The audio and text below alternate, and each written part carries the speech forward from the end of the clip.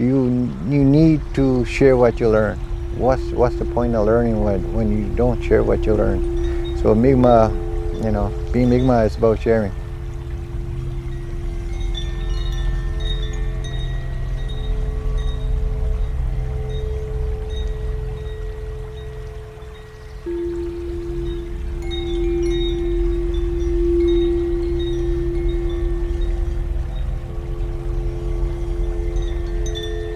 My name is Eric Googoo. I'm the son of Ryan Joseph Googoo and Mary Victoria. Lived Waycobah all my life. I've been researching Waycobah history for several decades, more than 3 decades. And I do have a lot of secondary data and some primary data on our community.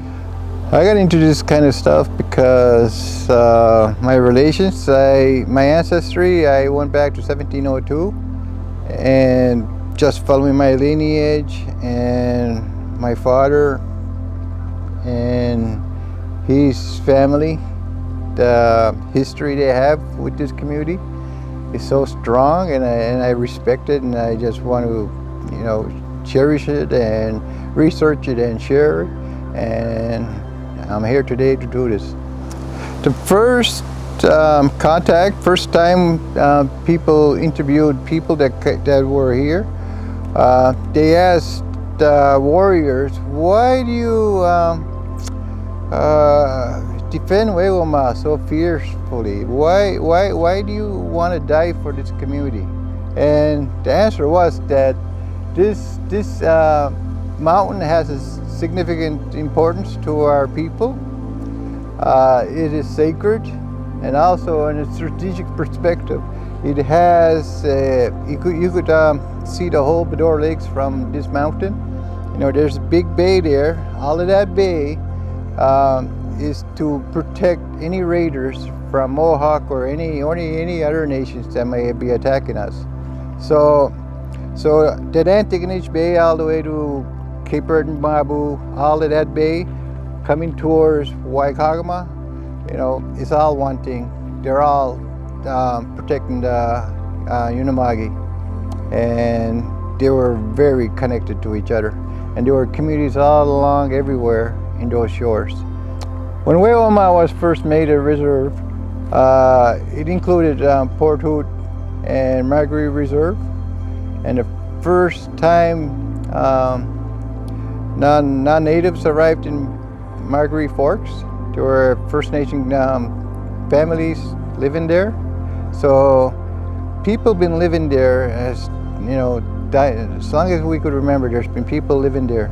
I did some of my research takes me to just evidence that this reserve could have been 6,000 acres. Unama'ki Reserve was 4,500 acres. This could have been the largest reserve that was taken away, and that nobody actually knew today that it existed.